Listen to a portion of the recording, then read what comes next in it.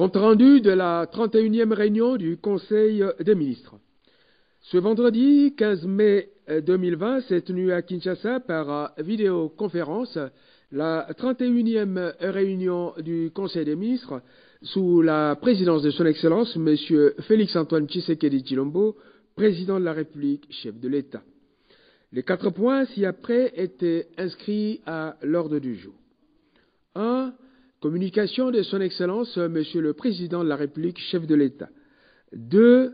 Points d'information. 3. Approbation de relevé des décisions du Conseil des ministres. 4. Examen et adoption des dossiers.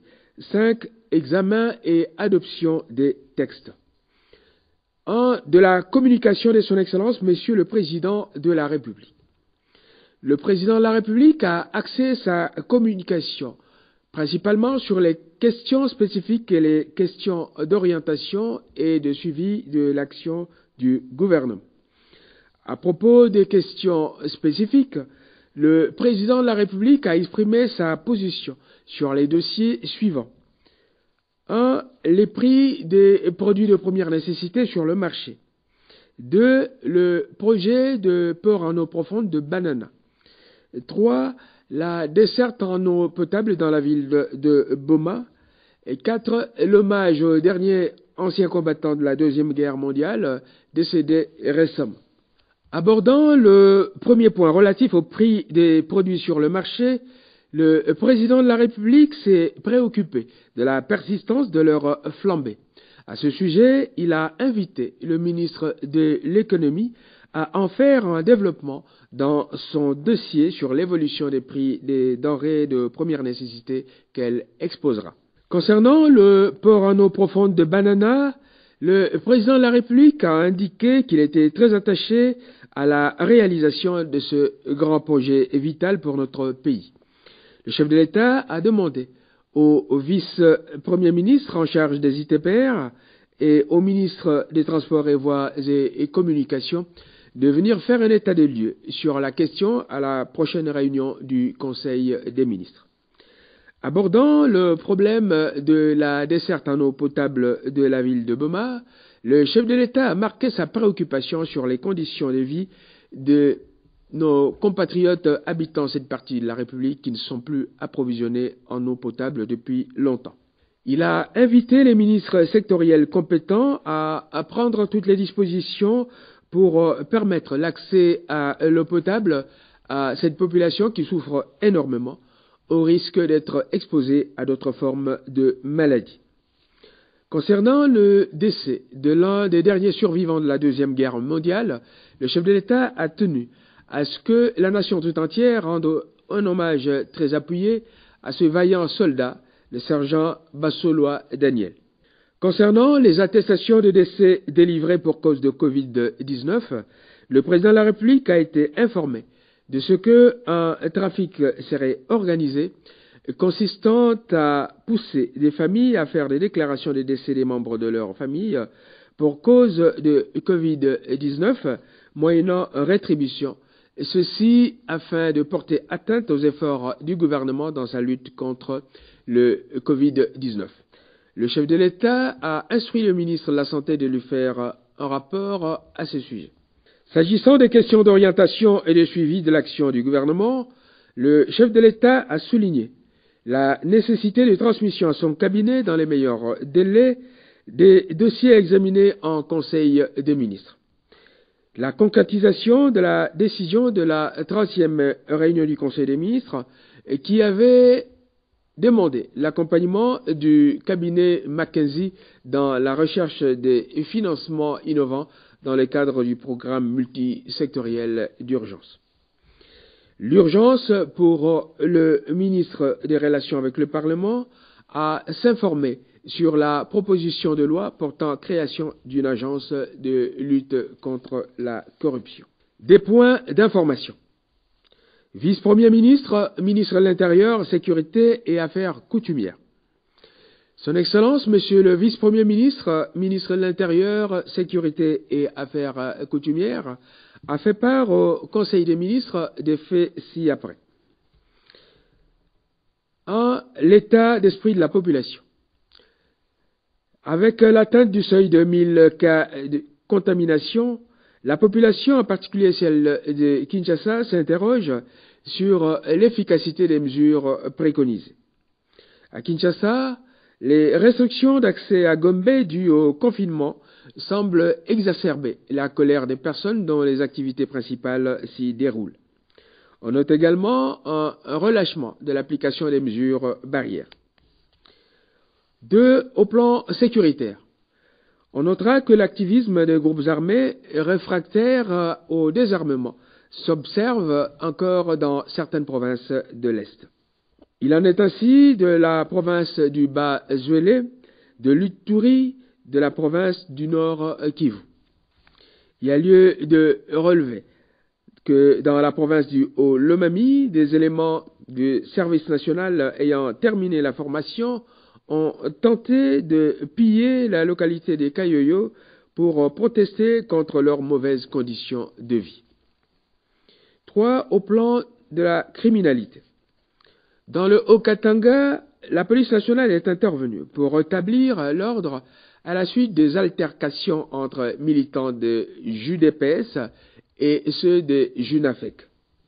Dans le Bas-Zuélé, la cohabitation semble difficile entre les populations des Niangara et les éleveurs nomades Mbororo. À ce sujet, les autorités locales préconisent l'identification et le désarmement des éleveurs Mbororo d'une part, et les négociations avec leurs représentants en vue de leur rapatriement volontaire dans leurs pays d'origine respectifs d'autre part. 4. Au plan social. Dans la province du Kasaï oriental, la grogne persiste au sein des travailleurs de la MIBA au sujet de leurs conditions de vie. On note ça et là une rupture de la desserte en eau potable dans quelques coins de la République à cause des problèmes que connaît la Régie des eaux. C'est le cas à Likasi, à Kabinda et à Lissala. On a observé par ailleurs 2 cas de naufrage de pirogues dans la province de Maniema et dans celle de Kasaï, occasionnant 30 morts et 22 disparus. Ministre de la Défense nationale et ancien combattant. Le ministre de la Défense nationale a exposé sur les différents points dont la situation générale en matière de sécurité. À ce sujet, il a été constaté un calme sur toute l'étendue de la République, hormis quelques poches d'insécurité dans la partie est du pays, notamment à Beni, Kassindi, Bunia et dans le territoire de Djougou. Dans le secteur opérationnel de Tanganyika, les rendus ont commencé à rejoindre les groupes armés, faute d'avoir été pris en charge par le gouvernement. En territoire de Moba, l'armée zambienne poursuit l'occupation des localités de Ikibanga et Kalubamba. Les forces armées de la RDC sont en alerte. Cependant, il n'est pas envisagé d'option de guerre à ce moment-ci. Les contacts diplomatiques, du reste déjà fort avancés, sont privilégiés pour la résolution de ces différends, encore que nos troupes soient en alerte. Vice-premier ministre, ministre de la Justice et garde des Sceaux. Dossier concernant la lutte contre la cybercriminalité. Le vice-premier ministre, ministre de la Justice et garde des Sceaux, a fait part au Conseil des ministres de la nécessité de disposer d'un arsenal juridique permettant de combattre la cybercriminalité et la pédopornographie. Le Conseil des ministres a adopté la note d'information présentée par le vice-premier ministre, ministre de la Justice et garde des Sceaux. Il a, à cette occasion, dit sa détermination à combattre cette criminalité qui porte gravement atteinte à la dignité des êtres humains, en particulier à celle des hauts responsables ainsi exposés au discrédit et à la manipulation. Le Conseil des ministres a salué l'arrestation et la détention au CEPERCA d'un des criminels de la cybercriminalité qui s'était permis de salir le ministre d'État, ministre de la décentralisation. Le Conseil des ministres a recommandé que la législation en la matière soit renforcée en faisant intervenir dans la réflexion tous les acteurs concernés pour répondre aux défis qu'impose cette forme de criminalité. Ministre de la Santé publique. En évolution de la situation de la pandémie de Covid-19. Le ministre de la Santé a fait part au Conseil des ministres de la situation ci-après au 14 mai 2020. 1299 cas de contamination confirmés. 51 décès. 979 patients en bonne évolution et 212 guéris. Il a fait observer que les cas de décès sont en très faible augmentation. S'agissant de l'évolution par province, le ministre de la Santé a donné les indications suivantes de contamination par province. Kinshasa, 1218 cas, Congo central, 55 cas, Haut-Katanga, 10 cas, Nord Kivu, 8 cas, Sud Kivu, 4 cas. Le ministre de la Santé a fait part au Conseil des ministres de la mission qu'il venait d'effectuer dans la province du Congo central avec une équipe du secrétariat technique de la riposte. Le constat qu'il a fait est que la province a un manque criant de matériel de réanimation, des personnels soignants formés, de matériel roulant, des médicaments. Bref, malgré les efforts du gouvernement provincial, il manque des moyens à cette province pour faire face à cette pandémie. Intervenant à la suite du ministre de la Santé, le vice-ministre de la Santé a fait part au Conseil des ministres d'un don de matériel et équipement de la part du Qatar et de la Chine. S'exprimant après le ministre de la Santé, Madame le ministre en charge des personnes vivant avec handicap, chargée spécifiquement de la gestion des Congolais rapatriés, a fait part des difficultés financières qu'elle rencontre dans l'hébergement des compatriotes rapatriés. À ce sujet, le Conseil des ministres a rappelé les indications déjà données concernant les personnes qui peuvent être gardées dans les hôtels et celles qui ne le seront pas en fonction de l'état qu'elles présenteront à leur arrivée. Intervention du professeur Muyembe. Le professeur Muyembe a indiqué qu'après le passage du président de la République à l'INRB, le secrétariat technique a organisé une séance de travail avec une équipe de scientifiques du Congo-Brazzaville pour envisager les perspectives du produit expérimenté à Madagascar. Toutes les réflexions y relatives seront soumises au comité d'éthique respectif des deux pays. Il a également fait part des mesures d'isolement qui ont été prises à la prison de Ndolo. Pour la prison de Makala, les recherches ont été activées.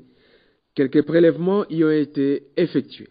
Ministre de la Recherche scientifique et Innovation technologique. Le ministre de la Recherche scientifique et Innovation technologique a fait part au Conseil des ministres du rapport général des travaux de la commission scientifique en charge d'appui au secrétariat technique du comité multisectoriel de riposte à la pandémie de Covid-19 en République démocratique du Congo. Cette commission a proposé des mesures préventives et curatives tant à la population qu'au gouvernement. Les propositions innovantes qu'elle a formulées ont été adoptées au Conseil des ministres.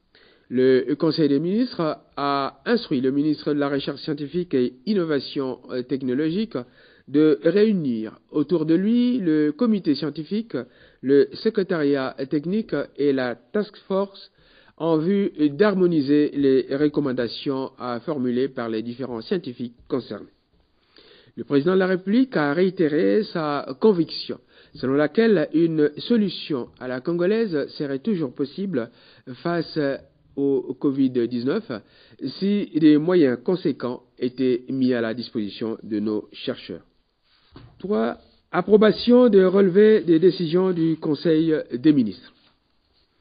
Il s'agit du relevé des décisions de la 30e réunion du Conseil des ministres du vendredi 8 mai 2020. Ce relevé a été adopté moyennant amendement. 4. Examen et adoption des dossiers. Premier dossier, vice-premier ministre, ministre de la Justice et garde des Sceaux. Le dossier concerne le rapport sur les enquêtes judiciaires ouvertes contre M. Saleh Ali Assi et associés Les sociétés Mino-Congo, Pain Victoire, Transgazelle, Interaliments et leurs succursales. Le vice-premier ministre, ministre de la Justice et garde des Sceaux, a présenté son rapport avec ses recommandations. Après examen, le Conseil des ministres a décidé de renvoyer son examen à la prochaine réunion après que le vice-premier ministre, ministre de la Justice et garde des Sceaux, se soit assuré de la consultation de toutes les parties concernées et à l'origine des mesures qui avaient été prises à ce sujet. 2. Rapport sur l'enquête judiciaire à la Régie des voies aériennes. Le rapport a été présenté au Conseil des ministres. Après débat, il a été décidé que ce dossier fera l'objet des orientations du chef de l'État à la suite de la réunion qu'il présidera sur ce point avec le Premier ministre et le Vice-Premier ministre, ministre de la Justice et garde des Sceaux. Ministre des Finances. Il s'agit du dossier relatif au point sur l'impôt sur les bénéfices et profits. Après avoir informé le Conseil des ministres des dispositions légales régissant la matière, le ministre des Finances a fait remarquer qu'à l'échéance de souscription du 30 avril 2020 pour les revenus 2019, la situation se caractérise par des contre-performances, dont particulièrement celles enregistrées dans le secteur minier. Ceci s'explique en grande partie par la baisse enregistrée en 2019 des cours des principaux produits miniers, dont le cobalt, ainsi que la récession observée dans l'économie chinoise, de même que le ralentissement des activités minières dans le Katanga en 2019. Le ministre des Finances a proposé au Conseil des ministres des actions vigoureuses à mener par les services opérationnels pour redresser la barre à l'issue des mesures liées à l'urgence sanitaire. Après examen, le Conseil des ministres a adopté ce rapport. 2. Situation des finances publiques à mi-mai 2020. Le ministre des Finances a fait part au Conseil des ministres de la situation des finances publiques à mi-mai 2020. Il en résulte que cette situation est assez tenue et mérite une gestion plus que rigoureuse. Des recommandations ont été formulées à leur sujet, surtout au regard des engagements contractés par notre pays. Après examen, ce rapport a été adopté. Ministre de l'économie nationale.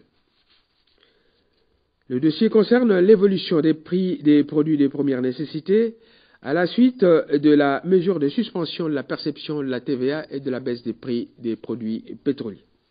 Il s'agit ici de l'examen des conséquences sur les prix des produits de grande consommation des mesures gouvernementales portant sur la suspension de la perception de la TVA ainsi que sur la baisse des prix des produits pétroliers. Les constats suivants ont été faits à propos de la TVA. Un retard d'1 mois de la mise en vigueur consécutive au processus de paramétrage du système Sidonia World de la DGDA par la neutralisation de la TVA a été enregistré. Les producteurs locaux n'ont reçu aucune instruction en rapport avec la neutralisation de la TVA sur la vente de mêmes produits et attendent jusqu'à ce jour les directives claires à ce sujet. Le décret du 20 avril 2020 portant suspension de la perception de la TVA ne concerne que les produits importés. En conséquence, les mêmes produits fabriqués localement n'ont pas encore subi une modification à la baisse. C'est le cas du sucre brun produit par la compagnie sucrière de Kwilu Ngongo. Sur l'évolution des prix des importateurs et grossistes, on a constaté des baisses sur les produits essentiels que sont le riz, le poulet, la viande de bœuf, l'huile végétale, le chinchard, le poisson salé, le sucre importé. Les farines de froment et de maïs, quant à elles, avaient déjà été affectées par une loi les exonérant de la TVA.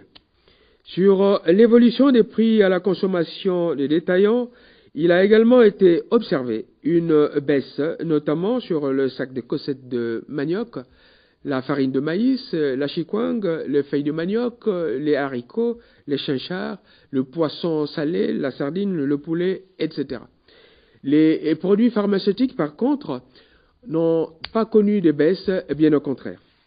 Pour ce qui est du transport en commun, les gouverneurs de province sont en concertation avec les corporations concernées pour des propositions conformes aux décisions du Conseil des ministres. Des abus ont par ailleurs été observés dans certains supermarchés de Kinshasa en rapport avec la neutralisation de la TVA. Madame le ministre de l'Économie nationale a sollicité et obtenu du gouvernement d'autoriser exceptionnellement le contrôle économique auprès de certains opérateurs économiques concernés par la mesure de suspension de la TVA et les grandes pharmacies. 4 ministres de l'Environnement et Développement durable. Il s'agit du dossier relatif au massacre des éco-gardes du parc national de Virunga. Le ministre de l'Environnement et Développement durable a fait part des conditions dans lesquelles 13 éco-gardes, membres du corps de protection des parcs nationaux de l'Institut congolais pour la conservation de la nature, ICCN en sigle, ont été tués par des éléments de l'unité spéciale FDLR CRAP en date du 24 avril 2020. Le ministre a informé le Conseil des ministres des mobiles pouvant être à l'origine de ce massacre.